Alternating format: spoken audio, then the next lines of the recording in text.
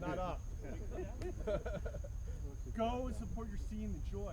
And you'll see a lot of guys that are in it, guys that do it.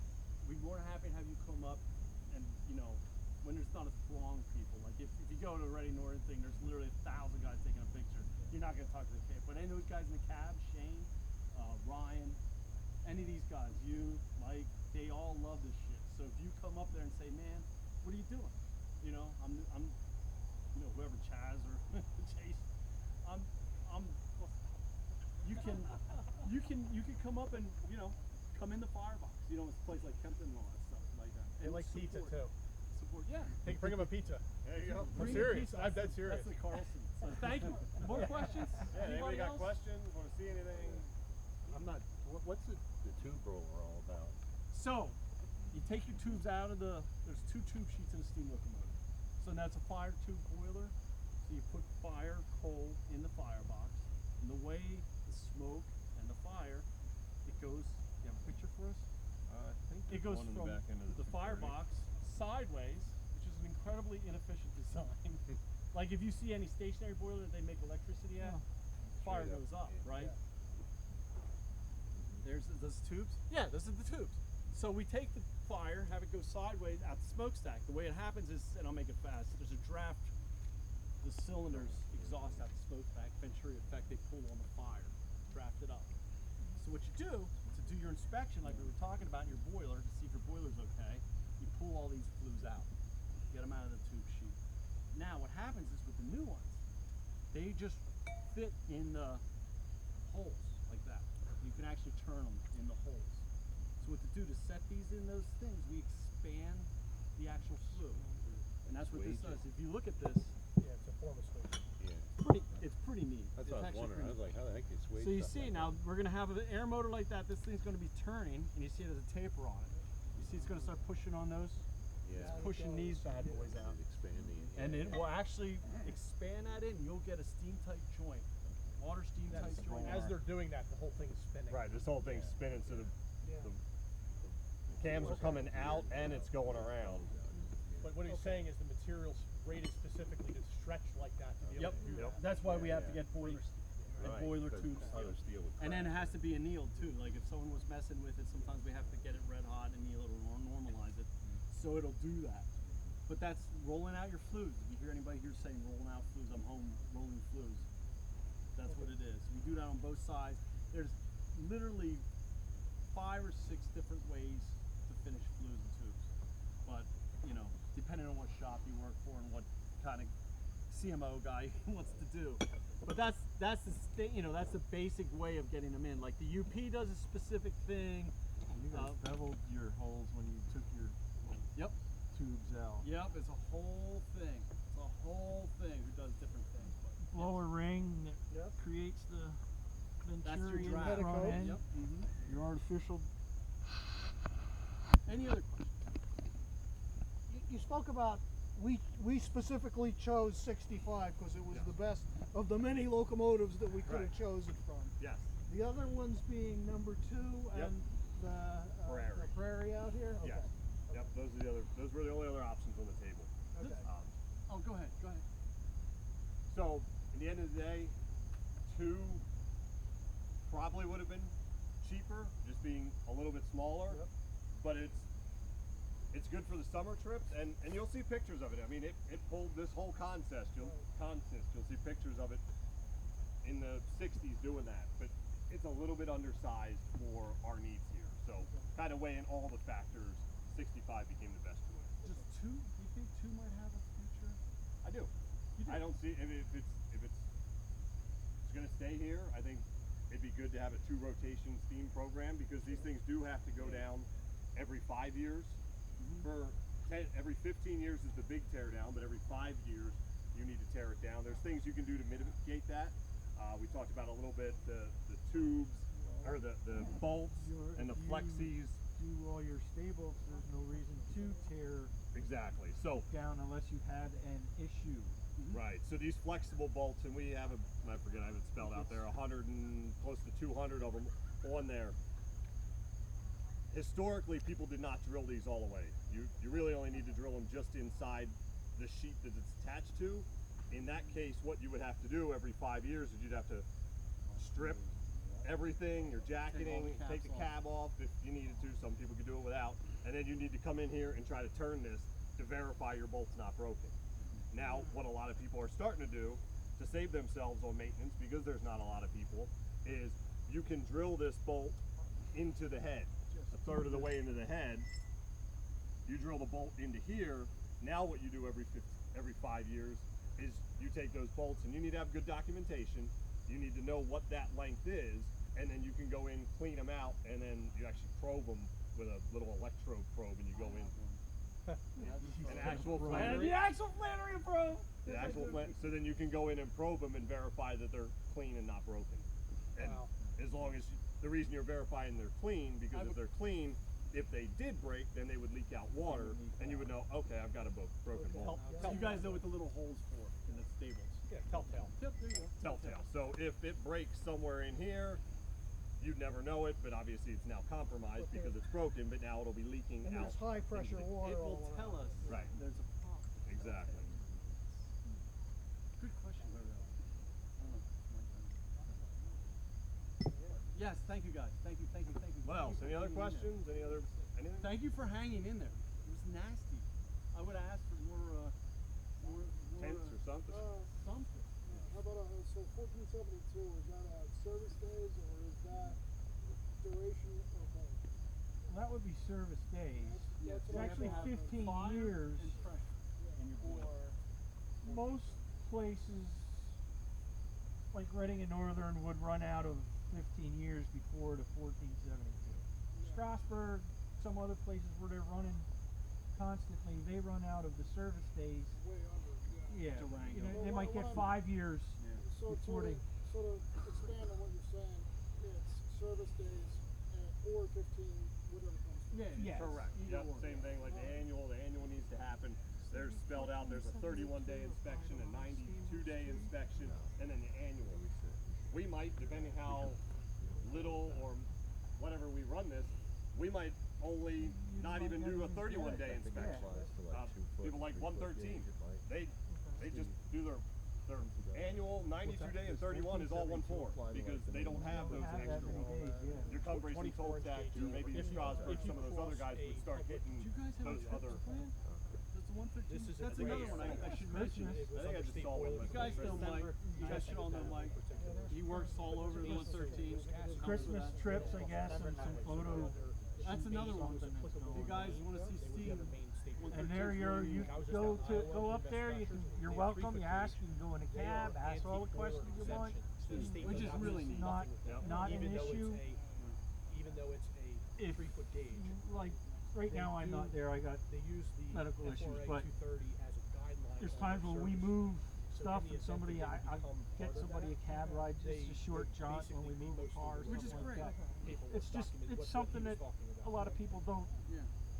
Which is get. neat. Yeah, it doesn't apply to a lot. Yeah, you don't. know, so- Like you can actually, if you talk to some of these guys, you actually get more of an experience And a lot of that than you falls under could I let back in the we day. let them blow the whistle, There's pull, actually codes Yeah. for you know, miniature you can boiler. throw A miniature load of boiler coal doesn't in. I mean mean, you drive know, on license we do that. They actually I make have no miniature issue. We're with more it. than happy to boilers, accommodate. sterilization, Yes. auto- Underneath the door, same thing. So it was a mess. Is this going to continue or is it going to stop? It's gonna happen until it's gonna happen through tomorrow's events. So Do we need to move indoors or are we good? This for like 50 minutes. Well, this happening right Talk now. about boiler washes. We'll get wet. Zero. There you go. Ah. No, I trust you guys. I don't have a smartphone. Believe me. No, that's not Anybody wants to play with this thing, feel free. Anybody want to try it? You want to knock yourselves out? But there you go. So this is kind of what we're dealing with a lot with the engines. Now Kempton's engine, the 65, which we might have to be working on getting, right? I don't know. We might all just charge in. How are they going to be when we all just charge in a liquid 65? How's that going to go over? Yeah, There there you should go. be headroom in there, right? We have like everything's out on the roof, right? So this is just the beginning. This is just the beginning. It's thin sheets. There's bad stables. I'll do stables real quick. So everything, you guys, I guess some of you guys know stables. Happen if you don't know what a stable is, let me know. These hold it all together. Here's stable, right? So you've got an outer sheet and an inner sheet, water all around it, and then the stay bolts are the these threaded rods that are holding that outer sheet and inner So they sheet go together. in here, they're threaded in here, but they can crack and they can break. And then there's new rules about them having telltale holes and blah blah blah. So you got to check all the stables. You got to check all the braces. You got to check all the, like the mud ring usually has grooving around it. You have to check to make sure that's right. You have to check the corners. So it is a boiler. It's a pressure vessel. I'm going to go over to you, Jesse, if you do this. I'll try to give you a moment. So it's a pressure vessel. Again, I'm a boiler guy. This is the kind of stuff I'm dealing with. And then there's a guy that does the numbers on all the pressure vessels. So the thing can actually blow up. So you don't really want to do that. You're generating steam, and that's where your energy's coming from. And again, here we are with a steam locomotive. We have a guy that actually does the numbers. So when he goes back in and sees, I give him those numbers like Chase gave me for my sheets, I give it to Jesse. And then he does theoretically the whole boiler, all the stresses and all the things that need to be done. Show him some of the computations, all the stuff you do. This is Jesse Dorn. He is, How you doing? he's our young boy that's going to help us out with this thing. So I'm just a boiler guy. If you want to try to keep it, and Tom is pretty much going to probably be the running gear guy or whoever we can drag in, because you have nothing to do, right? You can come up and help us. and this is our See when I guy get that my has to knees talk done. to the FRA and tell them that here on paper our locomotive's going to work. Go. So I'll give you a couple. I don't know, most of you are probably familiar with the engine, so I'll start with the engine we're working on. So we're working on the 65, the 060 tank engine we have here. So I threw just a couple notes down here. We had a couple things going for us right off the bat when we picked this engine for the restoration.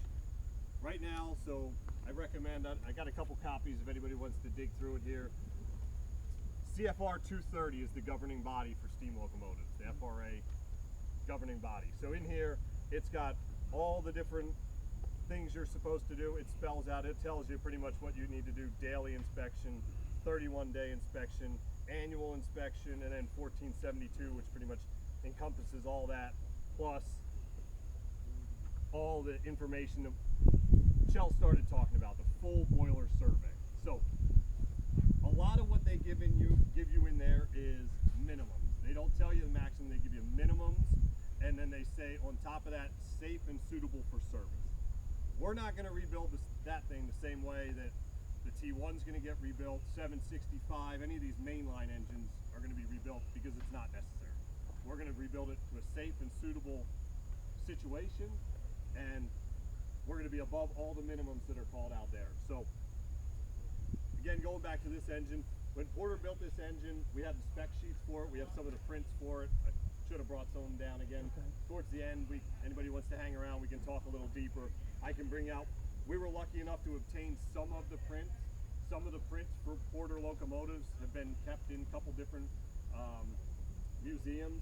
The one in Canada, the Science and Technology Museum in Canada, has a lot of the Porter prints. We were able to get an elevation drawing and then a full boiler drawing for 65. 65 was built to a 5-to-1 factor of safety. The federal regulations say everything needs to be a 4-to-1 factor of safety. So she's been run for a long time. Yes, sir. Yes. What's that mean? So factor of safety is when you're running these the numbers on the engine. There's basically, if it's set to 100 psi, it needs to be able to run to 400 psi before there's any type of failure or stresses or anything like that. Thank you, sir. You're welcome. So it was run to a 5-to-1. We knew it's been run hard and not maintained well for a very long time. It's been maintained to the status it needed to be, as most locomotives were all the way up until 2000. I'm sure a lot of you guys have probably heard about the Gettysburg incident in the 90s. That is kind of what brought on Set everything in. exactly set everything in motion. Then it wasn't anymore just operators, whatever they were comfortable with running. It was now a federal regulated. Here is a book of, again, minimums. They are minimums for you guys to follow, but here is a book of minimums that you guys need to comply to. And that was, they brought in a bunch of different people from a bunch of different tourist railroads. They brought people in from your Cumbres and Toltec, general managers from there, and Durango, people who are running every day, 6 days a week, 3/4 of the year. They brought in Lynn Modinger and people from Strasburg, and they handpicked people from just your weekend railroaders to people who are running steam majority of the year, and that's kind of how they came about with these minimums. So, like Shell said, what we do is we kind of pick the engine, then you got to strip it. You need to, every 1,472 days, which ends up being 15 years, you need to do a full boiler survey, or if you're taking a locomotive out of retirement like we were with 65. So everything needs to be stripped. In our case, tank comes off, the jacketing comes off, all the insulation comes off, everything comes off of the locomotive, so then that way it's a clean boiler and you can go through and start measuring. Usually in that, you also need to be able to get full inspection inside, so removing, assuming your tube, if you wanted to save your tube, you can save some of your tube, as long as you can still get in and get full measurements inside the boiler. Most people just take them all out, so that way they have full area to work and access everything. Then we start going through and taking measurements, and then you start running calculations. So on the back here, I gave you a couple two different scenarios of calculations. What I've done, again, I've been lucky. This locomotive doesn't have a lot of documentation, but we were able to find a print for the locomotive's boiler. We were able to find the National Board paperwork. The boiler was certified through the National Board, so we had that paperwork. All that is helpful in filling out the Form 4, but you still need to verify everything that's in there and get every measurement. And basically you're looking for a failure point on the locomotive. So you're checking every different area. You can, as long as things are the same in that area, then you can say the side sheets. On our engine, basically the whole width of the side sheet and up about 4 foot. The spacing of all the bolts is the same. It's a flat sheet. The thickness is the same, so you can go through there and you can pick out the minimum thickness and calculate that whole area and do that as a chunk. But then you need to do the corners, and you need to do the nut holes, and you need to do the dome. And the dome being a big cutout, then the dome has a liner, and I think that's one of the calcs I have in here. Then you need to calculate that there's a backing liner underneath that dome hole to make sure that there's enough support in there. So it ends up being a lot of work. Again, you look in here, you'll see some of the crazy formulas. What I'm doing is I'm trying to make it, I'm taking a little extra time on the front end. I've actually taken all these formulas, which again, like Chell said, you won't find a lot of the formulas. You'll find some information in the CFR 230, but most of it allows you the liberties to either use a standard code or the code by which your locomotive was made, or a standard practice of the time. So our locomotive was built in 1930. If I could find the Porter standard code, locomotive code, which I cannot, I could use that one. I can find the Baldwin practice from that age, so I can use the calculations in that code. There is a, and I don't know how to say that fancy word, compilation or something that was put out around the Computation. Yeah, one of them. That was Whatever put out, it is.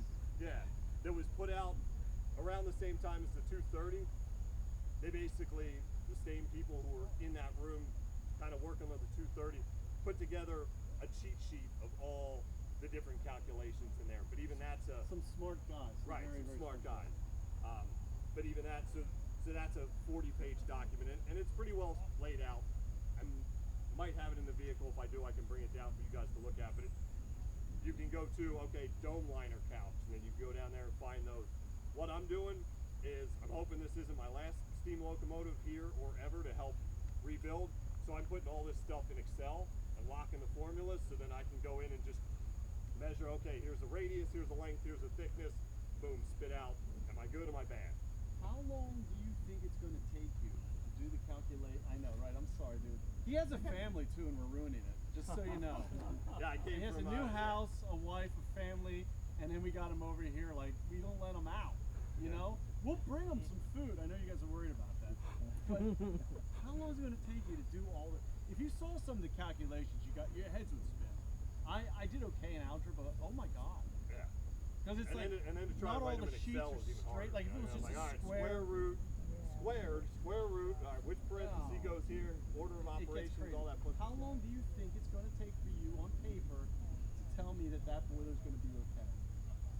I'll probably have minimum 50 hours into it. Wow, that's not as much as I thought it would be. Minimum 50. Double that to 100.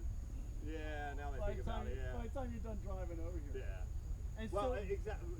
So that's just literally getting everything I need built out in Excel. So what I'm doing, you'll see here. I mean, I've got a tab in the bottom of Excel for everything: side sheets, wrapper, dome liner, dome lid, just pretty much everything.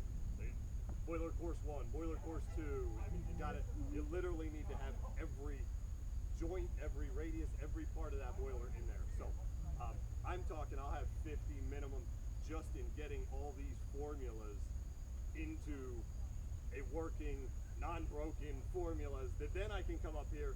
And again, I'm lucky to have a couple of the prints, so I can pull and gather a lot of the radii and the diameters and things that I need off the prints.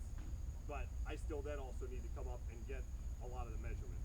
can you tell us, now that you did all that homework, you did all the theoretical stuff, how does that roll with the FRA when they come down to the federal guys? So the FRA is the Federal Railroad Administration. They're the ones that, and what's weird about it, and you can correct me if I'm wrong, they're not really around to spank us. They're not really They would around. happily see us go away. Yeah, actually, it's true. We're probably a pain in their butt, but they wanted to see that we did our due diligence. If that makes any sense, they're not really ones that spank us when we do something wrong. They can definitely shut us down, but they want to come here and make sure that when you guys get on the train, we're not going to blow the thing up and kill some people. So, what is the next process? You did all your theoretical stuff. Right. We put water in it. What do they do? Well, we're gonna bring Even them in. for me, what do they do? I was just saying, we're going to bring them in before that because they want to understand, and we need to do this somewhat soon. Is we need to bounce off our scope of work. So we did a high level survey, and as you've seen from Michelle's sheet example there, even if I did an external survey, there's still other things that are going to crop up. So we did our main high level survey. We knew right from the get-go that the whole firebox had to come out of that engine, which fireboxes were always made as wear items, and that's where all the heat transfer is. They were made where the firebox was always thinner for heat transfer than the wrapper, the back heads, and everything else. So you would put a couple fireboxes in an engine before the whole boiler was worn in. So we knew right off the bat that the whole firebox needed to come out of that because it was underneath the minimum thickness is required. So we've started that process. The rear tube sheet and the door sheet are out right now.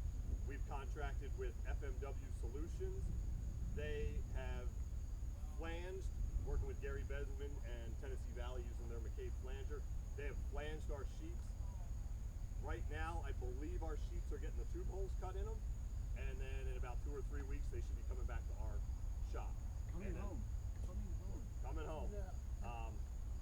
The process Michelle and Tom and myself kind of elected to do here is instead of ripping everything out, we've left the side sheets because you've got to basically it's not straight. It kind of goes up, over, and then bends around, and then the rear tube sheet is actually taller than the door sheets, and the crown has a slight slope to it. We've left the crown and the side sheets and everything in. We're going to take those 2 sheets that were flanged for us. We're going to put them and fit them into the sheets that are already in there, and then once they're in and tacked in place, then we'll take out the rest of the sheets. So what Different we're doing people is do it different ways. We're matching. You know this too. We're matching to what is there. I'm a big fan of empirical, doing stuff empirically, not theoretically. Because if you lay it out on a piece of paper and then you go actually do it, I've done it too many times. When I drilled stable holes in a sheet like this, figured it out, completely wrong. And I'm just staring at it. And you don't really, this is actually boiler steel. There's special materials we use. You don't want to mess this stuff up. So what we're doing with the 65, and actually I don't know, I think we might be able to sneak in there. I don't know if the powers that be will let us or not. But in 65, what we're trying to do is we're trying to match, we're taking the door sheet out where you throw the coal, the firebox, and then the tube sheet out. We're going to match what the guys from Porter did, because I have a feeling they knew more than I did. So we're going back in and just going to match, brainless, foolproof, just match. We're going to transfer the holes over from their outside sheets into what we put in. We just match it and transfer it. Yes, you there in the Do you back. have a jig to do that? A jig to, Where the holes? oh yeah, yeah, to transfer from the outside From the to the outside inside. to Yeah. the inside. Okay. We have some different little things we screw in, and then it projects the hole into the inside sheet. It's kind of neat, kind of neat. That's a I know. I got that's a a Bill background. Frederiksen one. It's gonna make you mad. But do you have more? I'm sure I do. Okay, so you were asking next steps. So Yes. those sheets will be coming back. We've developed our scope of work. Now that we've had the boiler opened up, we've seen some other items that we want to work on. So our next step is to bring the FRA in here, invite them in, and then say, look, here is our scope of work. Here's what we've seen. Here's what we're doing. Here's what we're doing. We're not doing this. We're not doing that, and why? And then have that open discussion with them. I've been told, I have not done this before with them, I've been told that they are reserved in what they will say because they don't want to take any liability on themselves. So, Typical federal agency. Raw. Yeah. exactly. So, but my biggest thing is I want to have a good relationship with them and good open relationship with them because they are a governing body and they're like Make your life miserable or make it okay. Exactly. So basically, we put it back together then. And blow the whistle. No, we have to hydro first. That's true. We have to hydro first. That's So true. questions. I don't know where we are on time. I don't know. have no idea. You there in the You back? spoke about taking out the insulation. Yes. A lot of the insulation that was used back in the day was fairly nasty stuff. Yeah. Was asbestos. Right. Was it asbestos that you had to remove from here? I don't believe it was. Okay. It did not appear to be Okay. asbestos. And when you put insulation back in, it'll be some It'll be other. asbestos. Okay. It's really hard to come by, but I'm going to tell you. But you know, asbestos was great.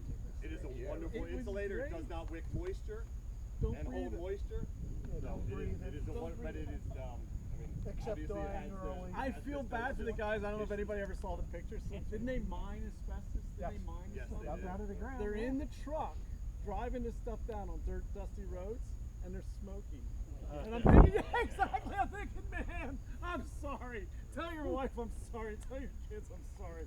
The guys, Wasn't there a asbestos mine in Yes. Valley Forge Park? Yes. Yeah. really? Yes. Yeah. So there you go. One of your national treasures. It's this beautiful park. It's I the believe parking, one the corner parking of lot it. for the guest center. What's that? The parking lot. We will be and using there's a something quarry in there. different. It's where But the there's, parking and lot's there's, at. Yeah. well, there's any of the stuff we do, yeah, you're going to tell us there's a lot of options. Where do you go? There's Which ones do you do? a type that's probably just as bad, but The woolite. They haven't got we to it use- yet. we They use haven't the- got to it yet. They haven't figured out it's bad for you yet. Yeah. yeah, it comes in the same block form or like I Go use. ahead. Another question. Yes. You often see a grid marked out on the outside of a boiler, and yeah, there, in fact, there's the grid. See it?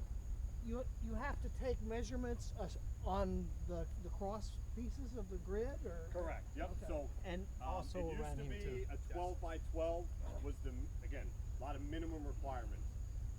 Now what I've been told is the FRA wants to see minimum 12 by 12, prefer 6 by 6 grids on the barrel, and then they want stable spacing on any of the state areas. Which So- changed? What's that?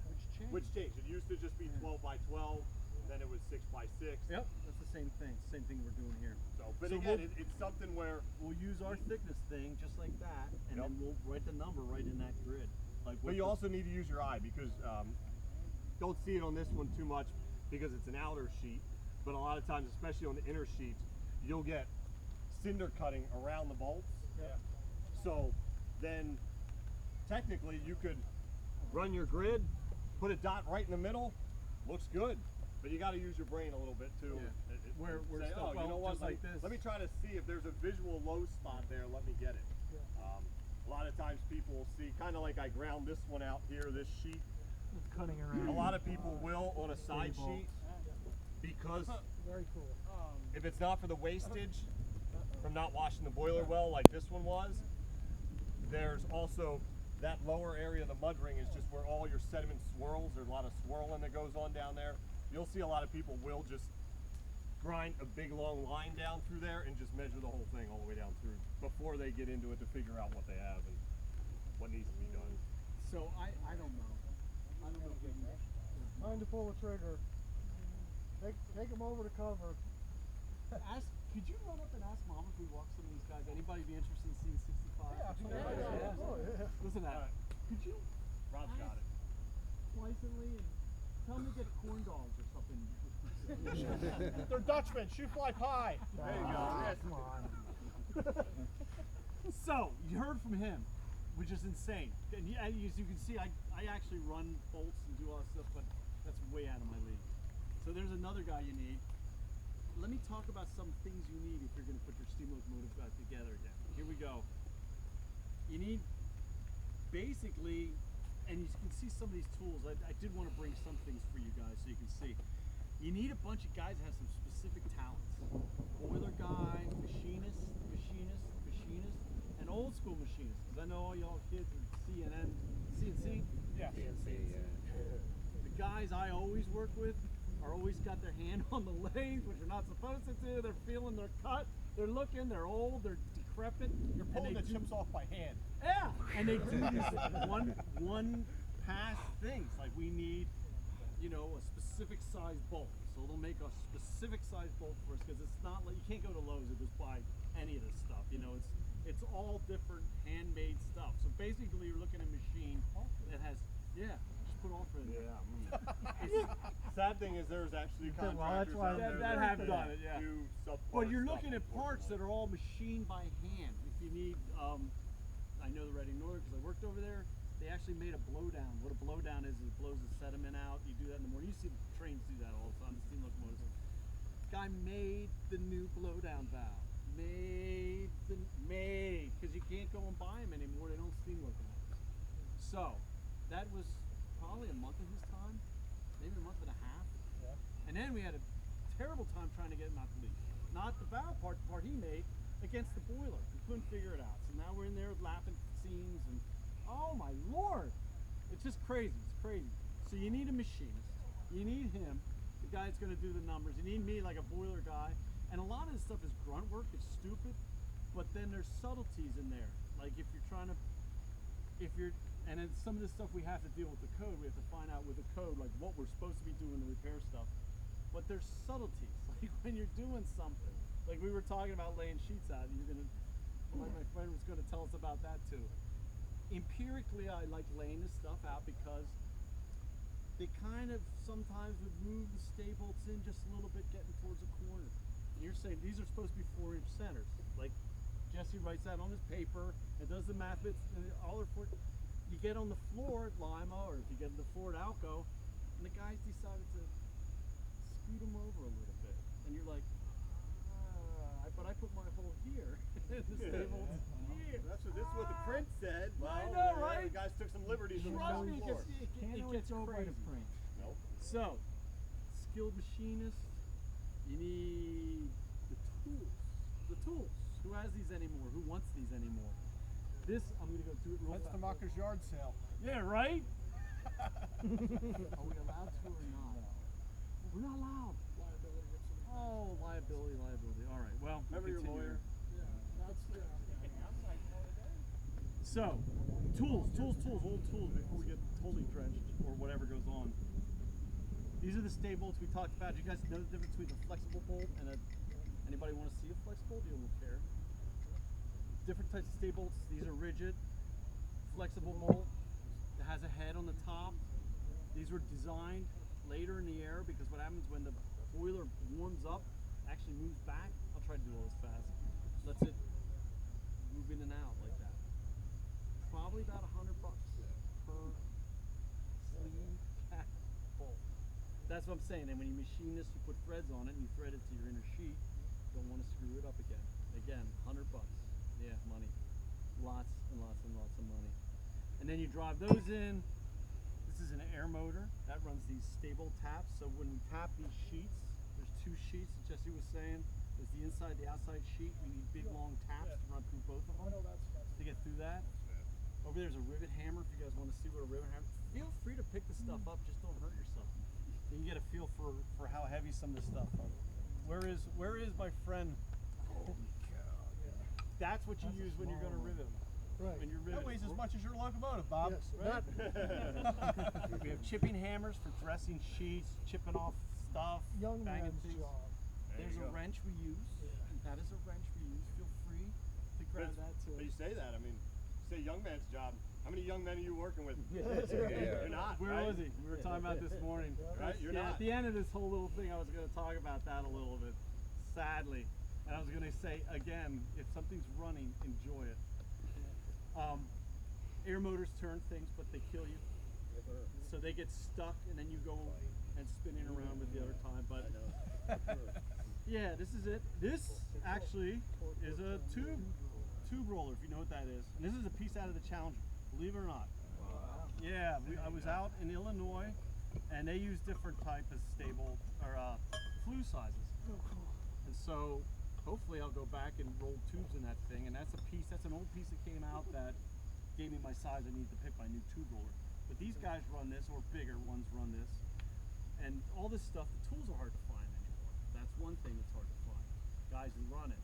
Another thing that's hard to find, I machinists. think trying to find anything bigger than 5, they don't even make anything brand new anymore. Oh, not even close. You know, we were just checking for the. Anybody else? Any questions? That's in Minersville, Pennsylvania. Yes, An no. ASME, but then So the Christmas trips are usually out of Minersville. Sometimes it goes down to been down to Schuylkill Lehigh for their borough days in the end of September. Usually sometimes just sits there again, great opportunity to come by, talk to the crew, say hi. Usually get invited up. some states like Iowa doesn't care. You could have a 1908 Frick traction engine. They don't do any Putting stuff inspection. away. Anybody want to Then do you have other You want to states. touch anything? You want to run Minnesota, anything? You want to check traction your engine thing? for you to legally operate it in a state, even on private property, you have to be Anybody have any other questions? That will maybe possibly. All right, well, everybody, I appreciate your time. We're just as sad as you guys are about not having steam here today. sorry about I think it's huge. That thing is, yeah. Thank you. Huge Thank you and for heavy, your support. yeah. Thank you for for everything. I'm sure. You guys have any questions? Hang around. Nice meeting I you. like guys. your Nice meeting you. camera. Nice What meeting you. brand is that? This is Akazo. A Kaza? AKASL. AKASL. That's so nice. Like that with the handhold. Dude, You can control everything, yeah. Well, this is separate from the. Yeah, I know. But I can still, have yeah, it. yeah.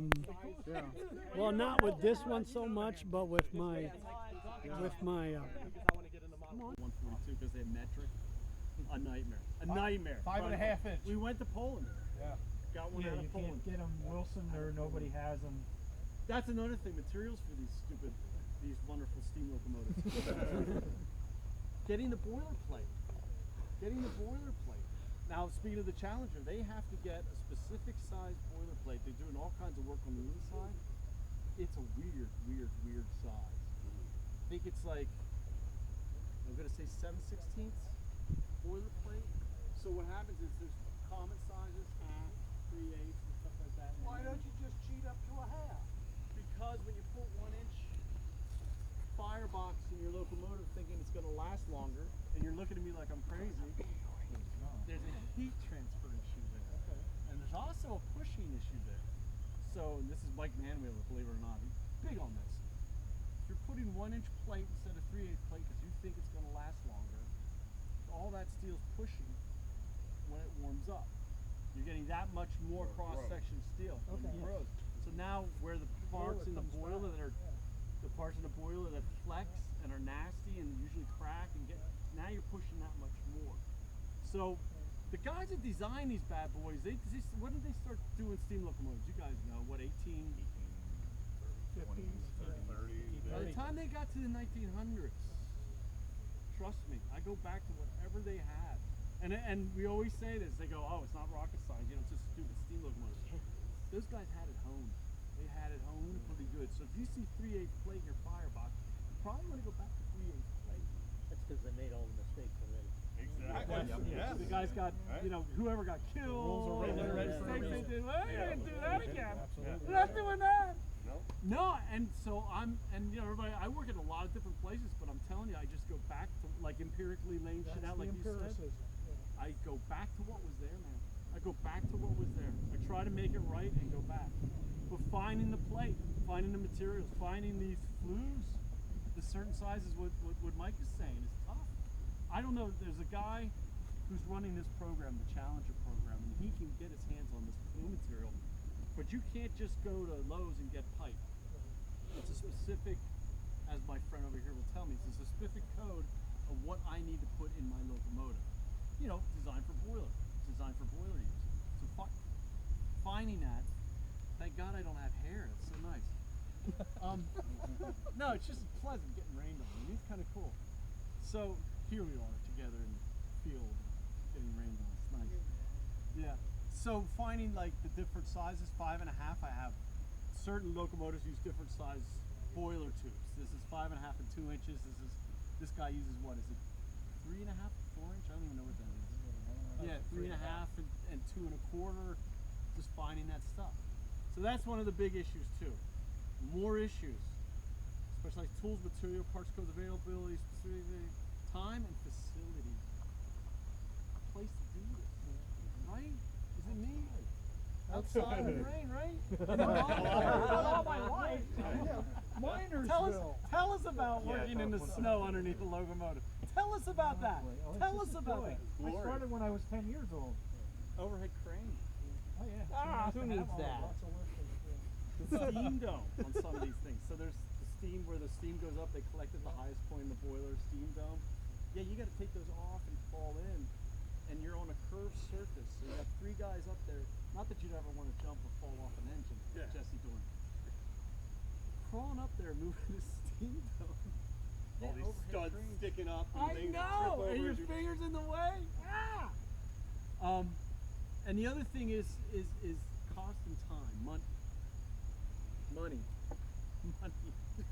Shameless plug. Money to put our poor locomotive back together again. Please, UNICEF, please. The one thing I thought All I was need is flies in my eyes. You ever notice that in the commercials? They got the flies in the eyes. What? Why? Don't show us that, and don't show us the fly in the eye. You know what I mean? If you guys would feel free to help with the 65 program. Put your engine outside with a chain in the middle of winter, like Right? the SPCA commercial. Yeah. So let me wrap a little bit because we're just gonna get rained on. I'm gonna wrap up here a little bit. So we rebuild the damn thing. We finally get together. Everybody's excited. Then the next thing we have to worry about, and of course I'm just going over the running gear. You have a boiler time quickly. You have a time on your boiler, but the running gear doesn't. So a lot of times the guys will either try to get the running gear ready to go, or they'll wait with certain things with running gear till later. You know what I mean? It's an engine management thing. Like, say we get the boiler, we get the thing running finally, we get to go up and down the railroad. Makes some money to do later. Yeah. Figure out your next. Yeah, there's plan always of something to attack. fix. But Oh yeah.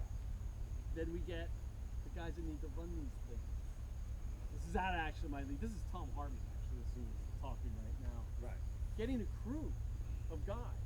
Now I don't know a lot. I don't know a lot at all. In fact, if you told me where the spots on 65 I have to lubricate before I go out in the morning, there, I guess. Right? There's a specific number. How many is on 65? Would you know? Not anymore. But T1 is insane. There's a chart. Yeah. And it's not all just one goo. You got to put the red goo here. You got the steam goo over here. You got the, oh yeah, grease under the cellars. Guys that can run these things, right? There you are. And you probably know more than what I'm saying than what I am saying. And the thing is, guys get in here, what, the night before, the day before to fire these bad boys up? Yeah, I mean, less time the better. We don't want to rush that. Yep. I'm gonna go nice and Or else slow we'll and be back easy. on it, rebuilding it again. So you don't hear the sheets scream. If they start screaming in pain, you're gonna hire me again. Go fix that. yeah, what are they? For the T1, they're what? Thursday. Yeah, so afternoon T1, to run it on that Saturday. you guys know who that is. Yep. I will wrap this up so we can get out of the rain. The T1 484 monster thing it is. And the thing is, if you put a fire in it, you can actually walk up to the front of the engine and go, so you have a fire in it. Basically, the heat takes so long to go from that back end where they're shoveling coal and going crazy to go to the barrel. You're like, you actually have a fire in it. So it starts Wednesday night. And what are those, torpedo heaters? Yep. The torpedo heater goes in Wednesday night. Next morning, they refill it, the torpedo heater. So Thursday morning, torpedo heater. When they go home, torpedo heater. So all they're trying to do is just trying to get, now it's filled with water. Please keep water in your engine, please, please. Softened condition. Light the fire. So they're running on Saturday. They light the fire Friday morning. So they had 2 days of torpedo heater Friday morning, and it'll just start with wood. You know this more than I do. Like wood, little bit of stuff, you know, leftover napkins, just nice little campfire. It'll start in the morning. And by the time they got done that Friday, they want to have some coal burning and they'll bank it. So then someone will come in like 3 or 4 in the morning. Now they should have some pressure. By the end of Friday, they just start seeing it lift off the gauge. But then Friday morning, someone will come around 3 or 4 and start hitting, hit the, you know what a blower is. Creates an artificial draft. You guys know more than I do. Creates an artificial draft, so they'll crack the blower and they'll just start pulling the fire just a little bit and start giving some coal and start, you know, and then they'll start, the stoker will happen about 7. If they're out by like 8 or whatever it is, so about an hour before they roll, then they'll stoker, and you should have full pressure and all that stuff. And that whole time, they're what we were talking about, lubricating, tapping on stuff. Wow, that's loose. Go get a wrench. We have to tighten this up. Oh, it's crazy. It's crazy. You guys again know this. Every time a locomotive goes out. Let me conclude. If guys, any more questions? So I guess on that heat up, a couple things. There's some methodical reasons for doing that. So a service day is constituted as pressure and fire.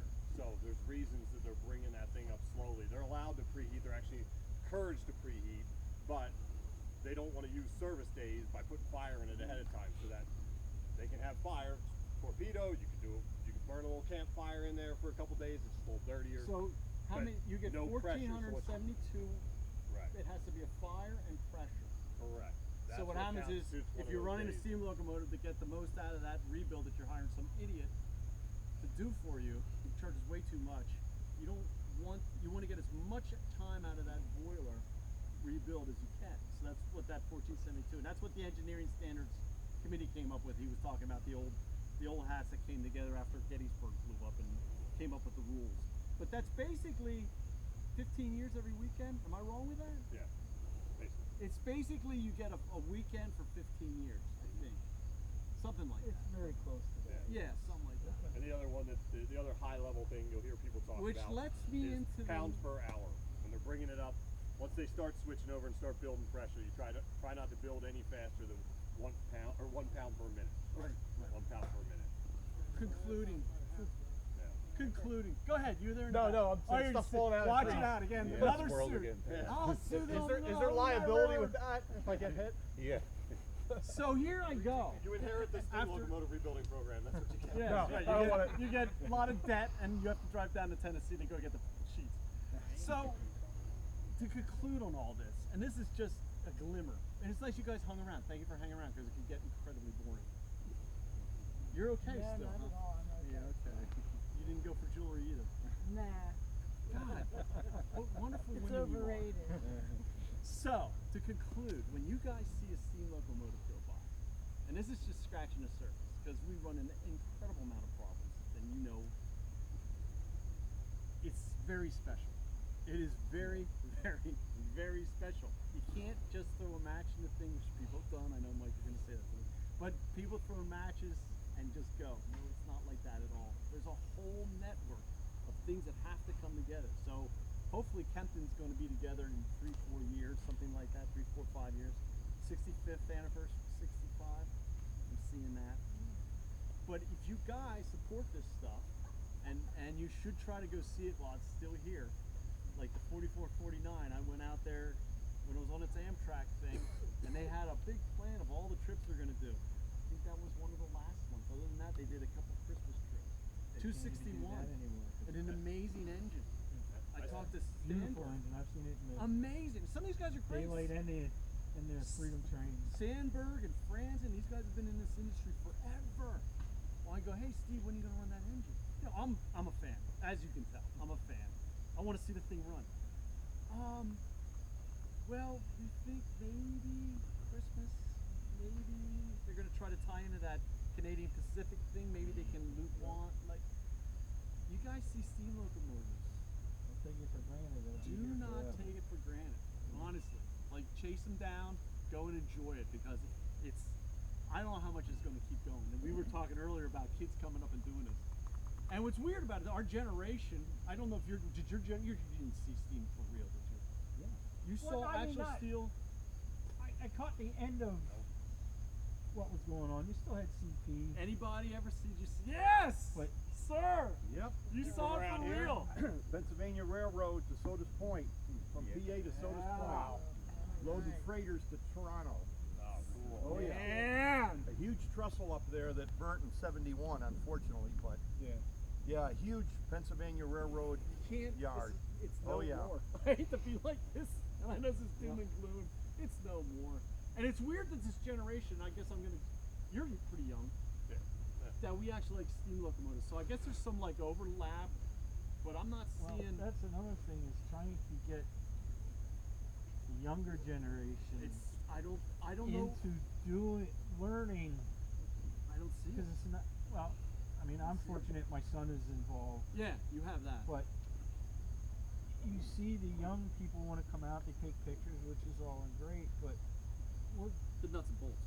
I'm 57, you know. Yeah, the nuts and We're bolts. getting old and tired, and I'd like to see this stuff passed on to the younger generation. Again. There's a few here It's and there, happening. I don't see it. but you know, Take when the our extra